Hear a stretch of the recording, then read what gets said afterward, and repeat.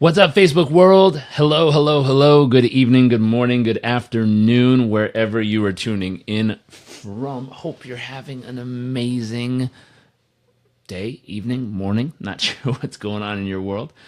Real quick, let me pull this up. As you're tuning in, love to know, number one, where you're tuning in from. Number two, I'd love to know three things you are grateful for in this day and age. Hopefully something amazing that happened in your life. Here we go. Hey, welcome, welcome, welcome. See people tuning in. Thank you for taking the time to check this out and share a little bit of your attention and ears with me. So as you're tuning in, love to know, again, number one, where you're tuning in from. Number two, I'd love to know three things you are grateful for out there in Facebook world. Ryan Owens, love that mic. Well, thank you, sir. Welcome, welcome, welcome. Kat, hey, nice to see you. Mark, welcome. Let's see.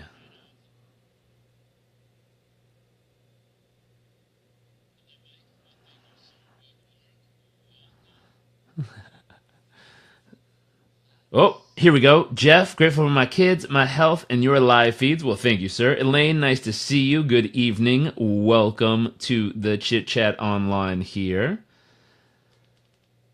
Let's see. Who else is there? Welcome, welcome, welcome. As you're tuning in, love to know, number one, where you're tuning in from. Number two, I'd love to know three things. Right there, three things you are grateful for in Facebook world. Hopefully the feed's coming through loud and clear. It's a little caught up. Jimmy V from Tampa, Florida. Life, Salvation, and Family. Very nice. Ryan Owens tuning in from Tampa, Florida. What's up, buddy? My boy, my family, my health. Very nice. Sheena, I'm a Canadian. Very nice. What part of Canada? Grateful for springtime is coming and sunshine. Very nice. Music to my ears. Very cool. Jeff, loud and clear. Over here, thank you, sir. Kat, grateful for my family, friends, and amazing health and fresh starts. Gina, husband, kids, and health. Very cool. I like this. Who else is tuning in? As you're tuning in, love to know again. Number one, where you're tuning in from. Number two, I'd love to know three things you're grateful for out there in Facebook world. Today, we're talking about hurricanes, thunderstorms, tornadoes, all the crazy, awesome, fun stuff out there in the world. I'm going to show you how it's part of everyday life and how to make sure you do not freak out when they happen, but instead learn to dance in the rain, learn to enjoy the process, learn to enjoy that storm, and learn to prepare in a way that can actually benefit you and your family in a really great way. Chelsea from New Jersey, what's up and welcome. Grateful for my two beautiful girls, my business that allows me to stay home with them and watch them grow. My health, been working out, feeling great. Good work, Chelsea. Georgina, good morning, my Aussie friend from Australia on the Gold Coast. Grateful for our puppies, network marketing, and for my beautiful home. Wonderful. Well, good morning, good morning, good morning. So I'm going to jump right in. As we get started here, I will jump back. If you're just tuning in, one more time, I'm going to announce it. Love to know, number one, where you're tuning in from. Number two, I'd love to know three things you are grateful for right down there in the comment section or over there. Not sure where it is on your screen. But please go ahead and share that with us. Today we're chit-chatting about, again, hurricanes, tornadoes, thunderstorms, rainstorms.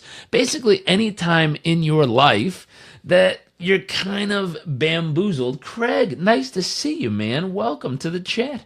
We're talking about anytime life throws you something that's unexpected. It kind of, boom, takes a swing for just an unexpected turn, whether it's in your health, in your relationships, in your finances, in your business, in the market, in the general markets of life, wherever it happens.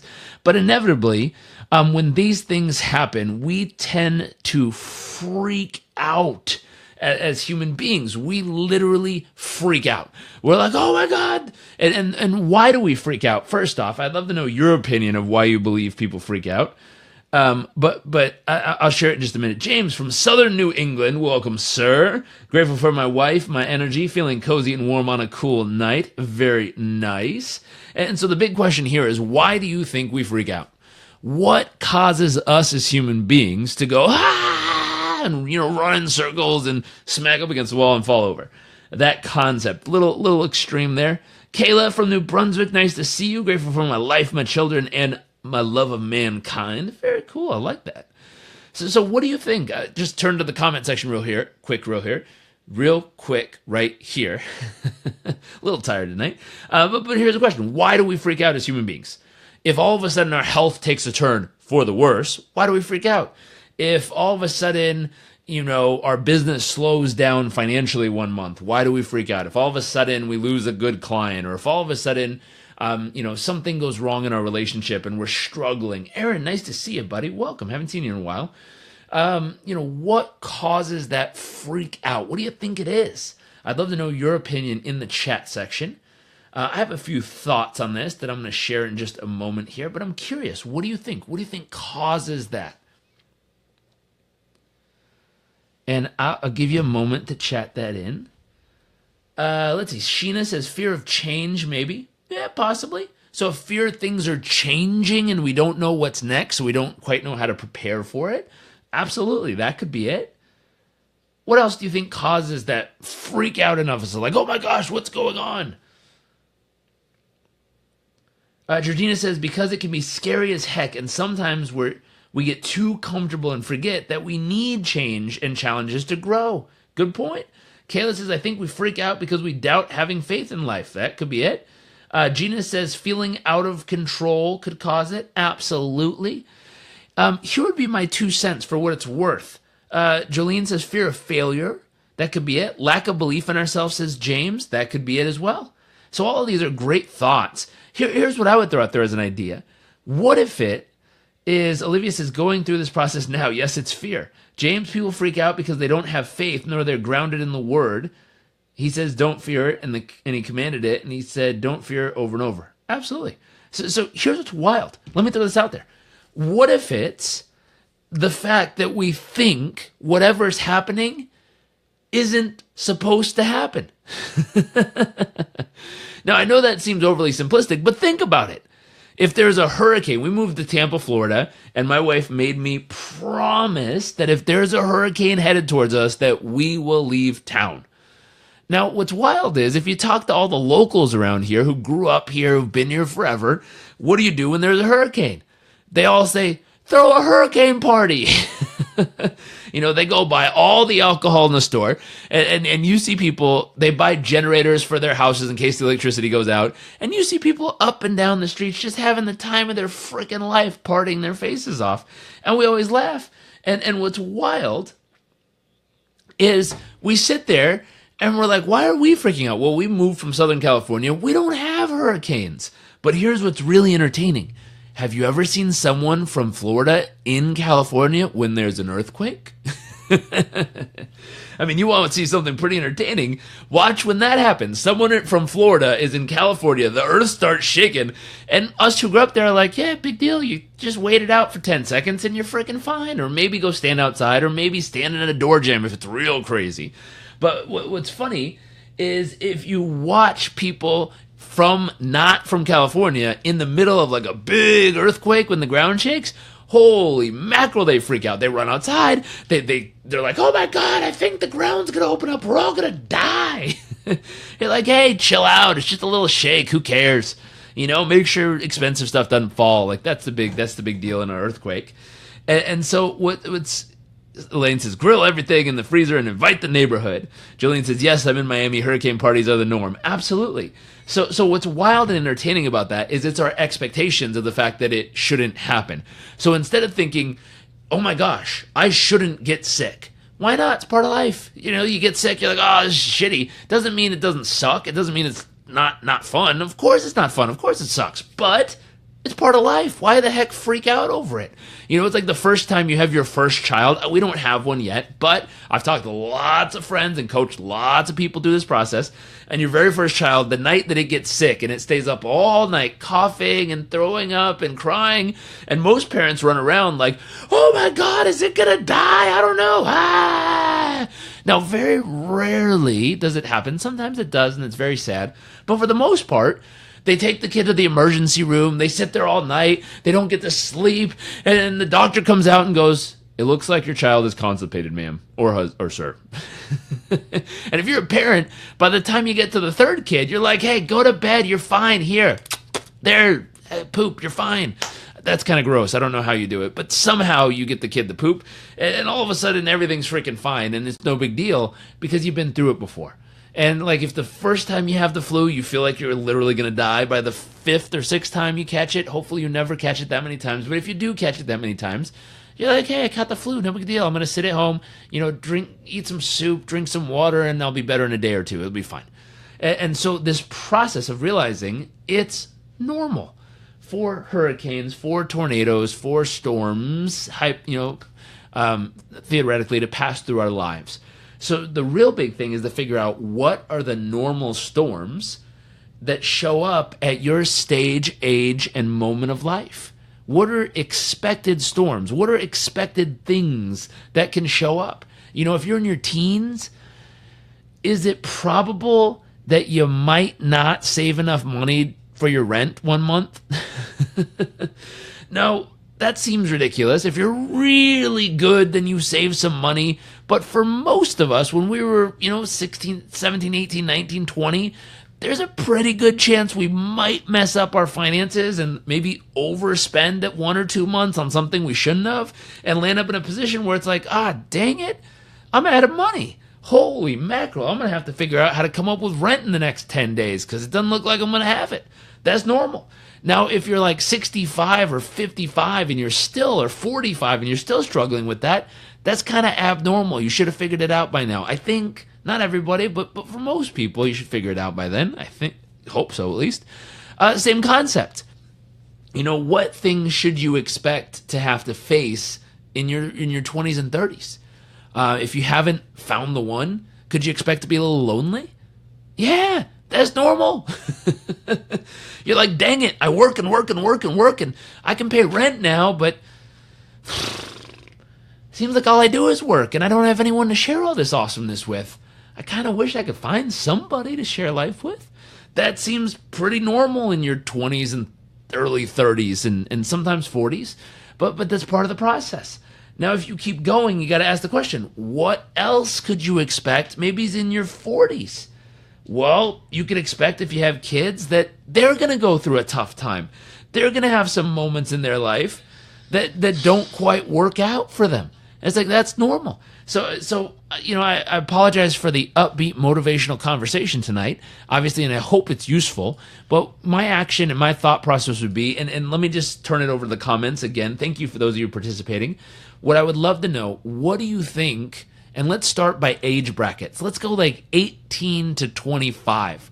What are some totally normal problems that you should face at 18 to 25 years old? If you would, throw them in the comment section. Not for me. I know what I was challenged with. But if you're watching and you're 18 to 25 and you think that the problem you're facing right now is totally abnormal and, oh my God, you're going to die, watch what happens here. Watch someone who's 30 or 40 or maybe 50 watching, tuning in, and thank you to those of you who choose to participate.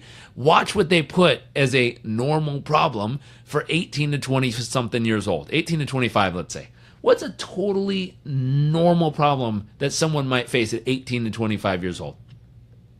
Now, hopefully, a bunch of people will chime in the comment section and share with you some absolutely normal things to expect at that stage or moment of life so you can realize, number one, you're not an alien. For people watching, if you're in that stage of life and you see the comments coming, you go, oh, thank God. I thought I was literally an alien. I thought I was the only person on this planet facing this challenge. Now, the God honest truth is, you're not. Let's see. Jolene says, finding your first jobs. That could be a challenge.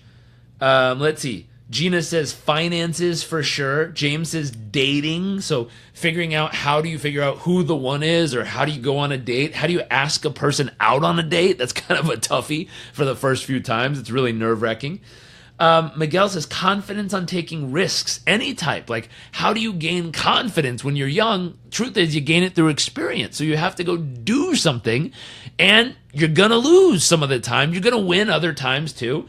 But realizing it's like, hey, I'm going to go try something, and it's going to be like, boom, brick wall. And I'm going to go, oh, that really hurt. Oh, man, mentally it hurt. Emotionally it hurt. Physically it hurt sometimes. Financially it hurt other times. But to look back and go, hey, Part of the process. No worries. Dust off. Learn from it. Get better and move forward. Sergio says thanks.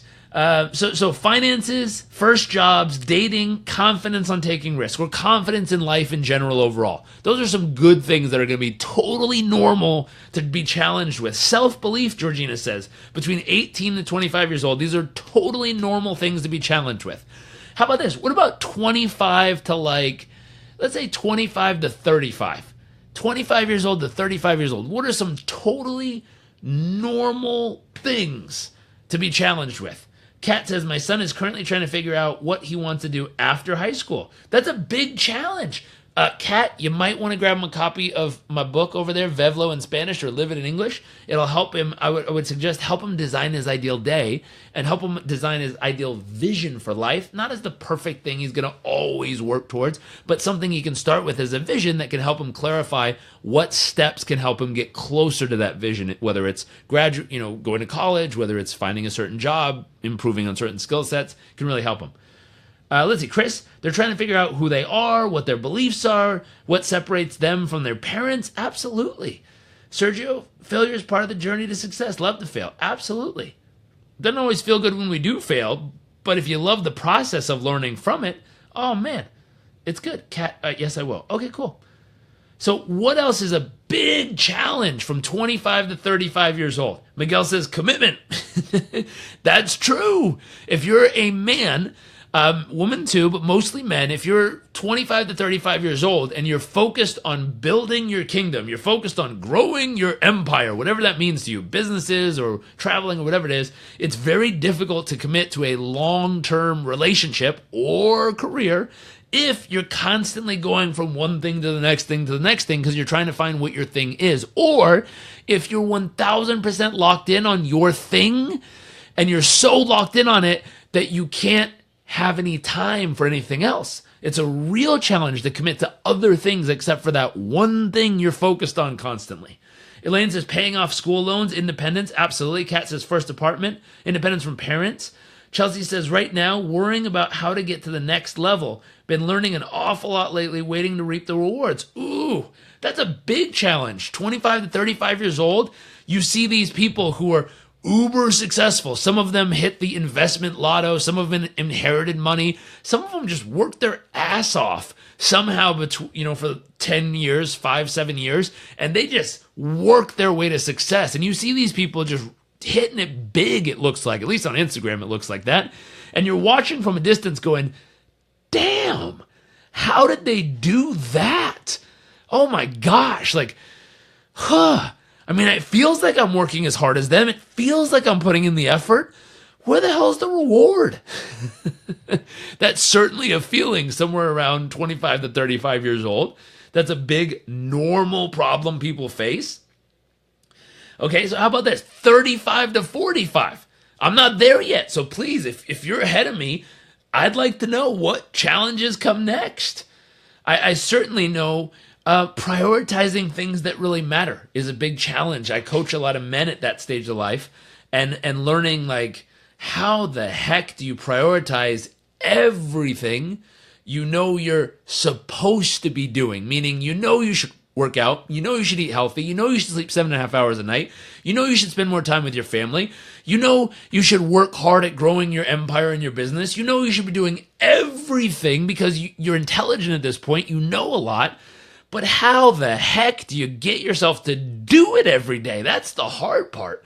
So a lot of times we provide accountability. We track our clients every single day and we get metrics from them every day. And if I see that their numbers drop, I text them, I call them, I email them yo, we need to get that number back up. What the heck? No 5s allowed, dude. Back up to a 10. Let's go. And it helps them. Let's see. Kat says dating after divorce. Absolutely. That could be 35 to 45?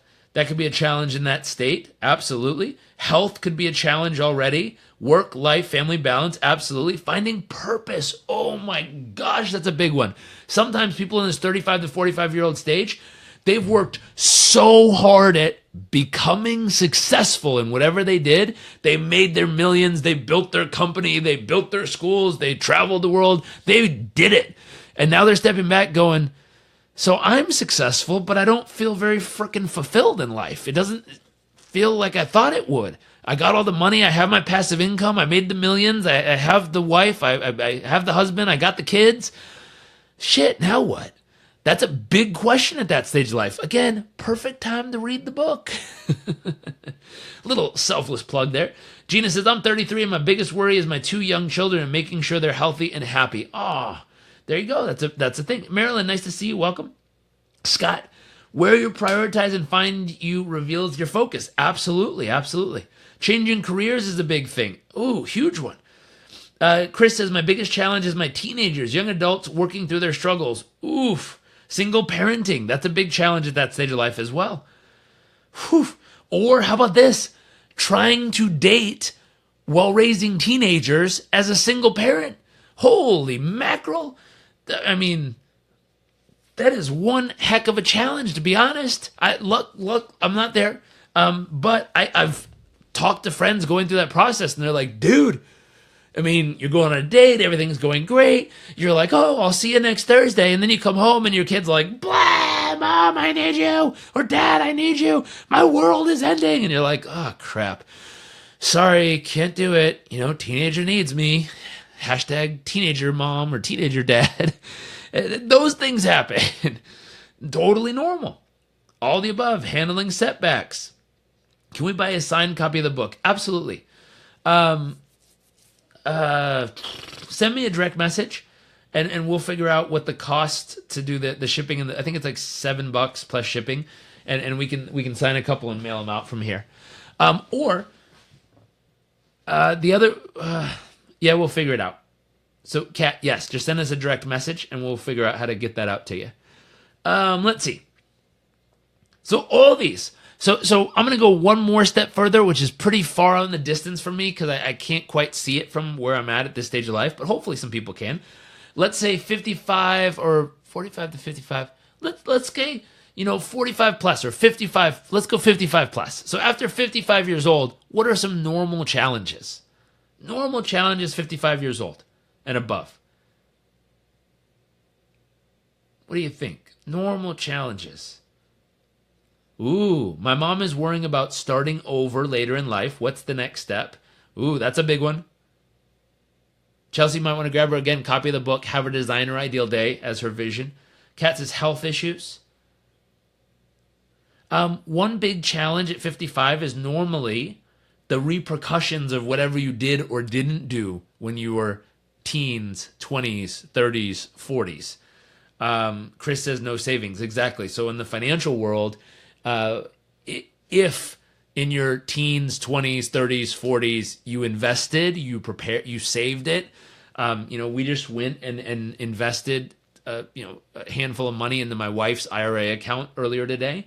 That concept of saying, hey, if you invested, if you set aside the money, if you prepared for getting, to that point, you should be setting up in the next 5, 10, 15 years, you should have a lump sum of money coming your way. Hopefully $1 million, $2 million just waiting for you at, piling up with compound interest and getting to a point where you hit 65, 70 years old, you have a nice giant account waiting for you and you get to use it for the rest of your life and live on that a little.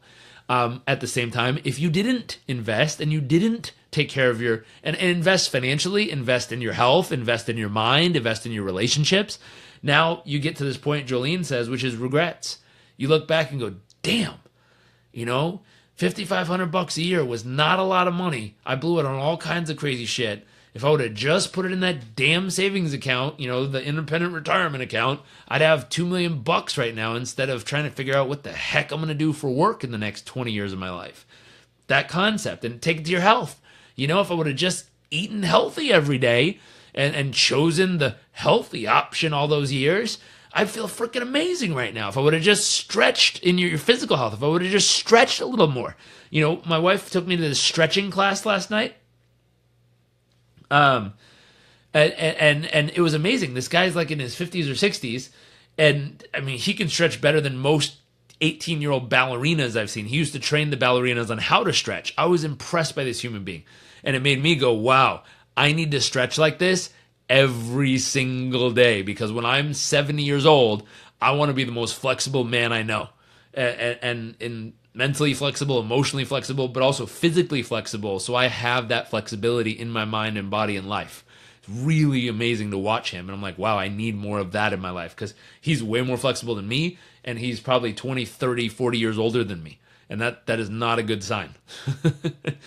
Elaine says, okay, seriously, not focusing on a sense of loss? Absolutely.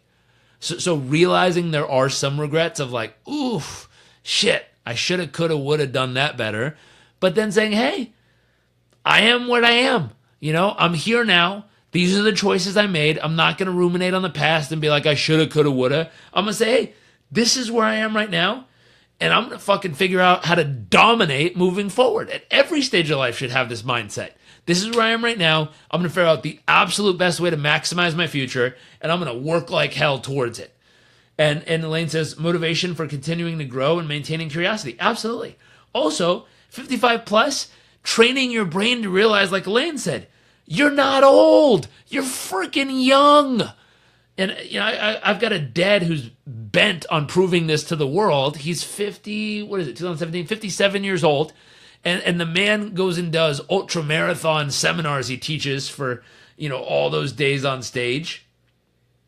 He kicks ass at that. And he's proving to people that he's mentally, emotionally, physically more capable than most 20-year-olds in the world, which is remarkable. It's a goal I have. I'm like, damn, I need to keep training so I'm ready for that shit when I'm that age.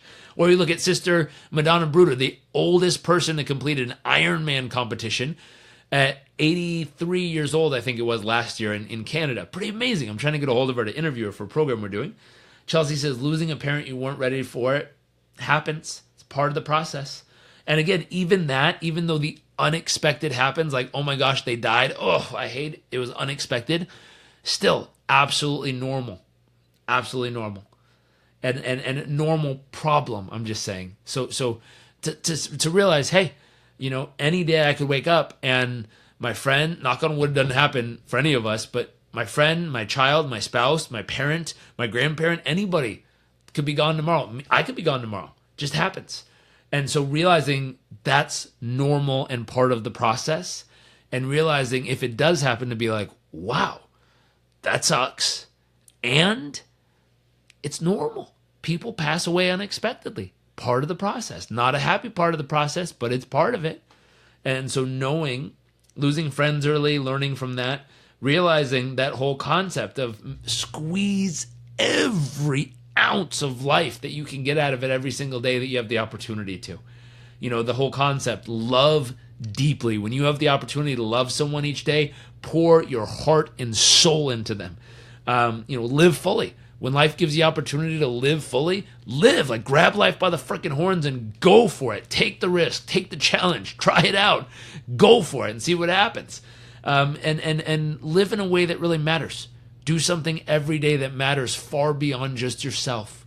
Meaning, do something for someone that, it's not money. It's just going out of your way to do something for someone that if you were to die tomorrow, they'd always remember the fact that you did that for them. You listened to them, you loved on them, you cared for them, you helped them, you heard them, you hugged them. You did something that just will leave an impact in a positive way in their life. Chris says, my parents are struggling financially. They didn't make smart choices when they were younger. So, Chris, that thought, learn from them. Learn from them and be intelligently, selfish enough to say, hey, I'm going to learn from them. And I'm going to be selfish and smart enough to take my money and sock it away like crazy, and to make sure that when I'm their age, there's a big old lump sum waiting for me that I created myself. Probably one of the smartest things you could do. And at the same time, help out as much you can when you can, but make sure that you put your oxygen mask on first, as the plain people say, and sock away that cash as hard and heavy and consistently as you can, so that when you hit their stage of life, you got a good $1 million, $2 million waiting for you. If there's anyone on here in your teens who's listening, there's absolutely zero excuse at this stage of life and at this stage of history, with as much knowledge and information out there at your fingertips, that you should ever get to 65 years old and not have at least $1 million in cash, sitting in a retirement account for yourself. I'm 33 years old. I knew that when I was in my 20s. I did not follow through on that.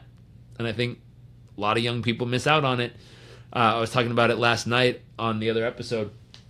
I've been reading Dad's book, Unshakable. Highly recommend it. He gives tons of information on how to vet through the people who are going to sell you this stuff, how to make sure you're having a place to put your money that's really intelligent, to make sure that you're not getting those 127 different fees that most people get charged, and to make sure you set yourself up so that when you do hit that 65, 75-year-old mark, you do have your $2 million waiting for you.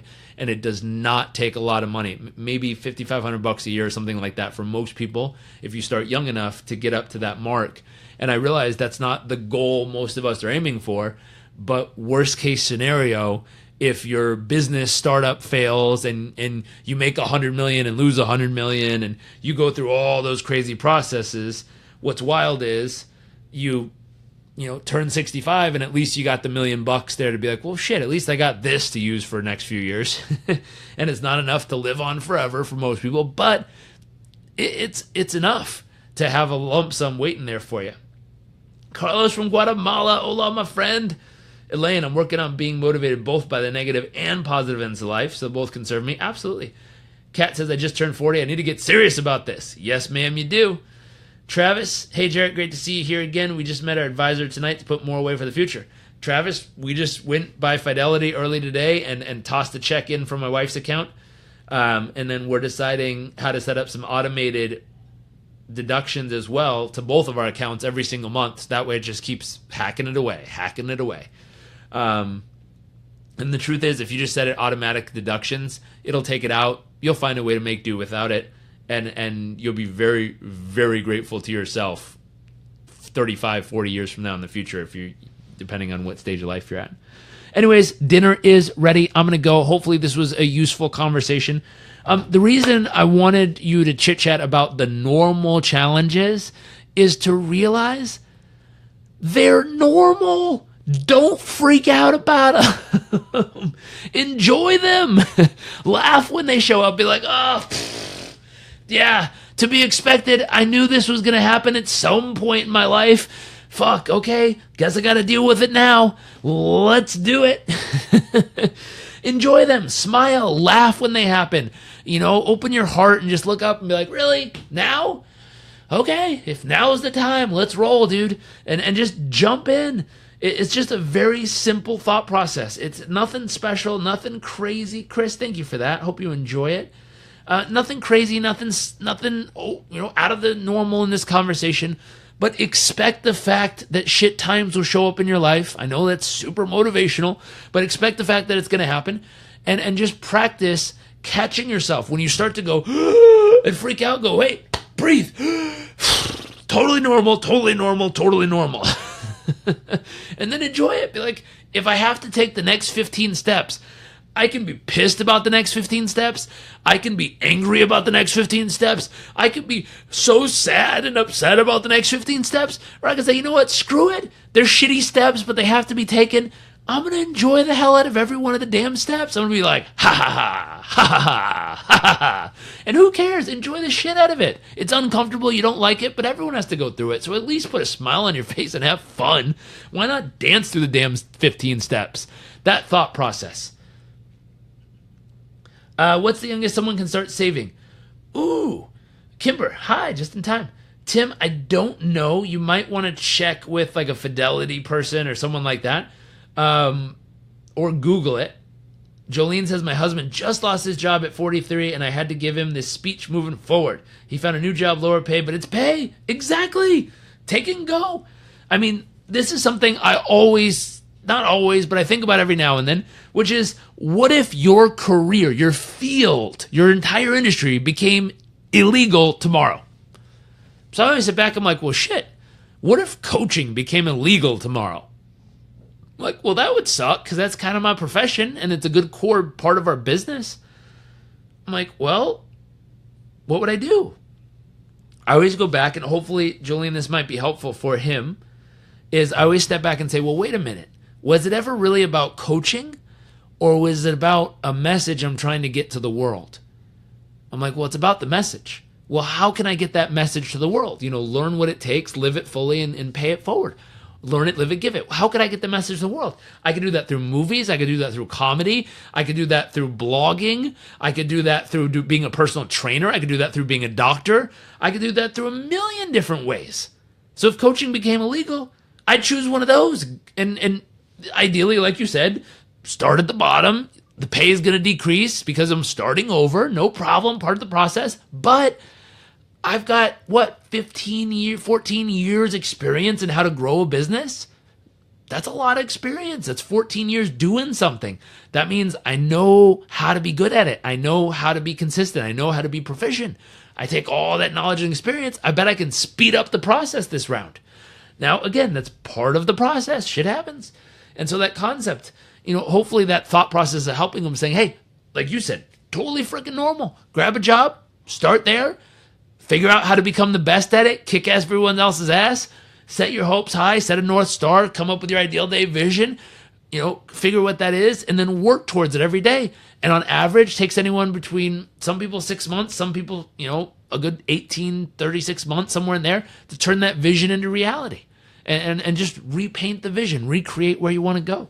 Anyways, I'm going to go grab dinner with my wife. Have a wonderful night. If this was useful, click the share button. We always appreciate it, and tell people what they might see when they tune in. Have a great night, everyone. I'll see you all tomorrow.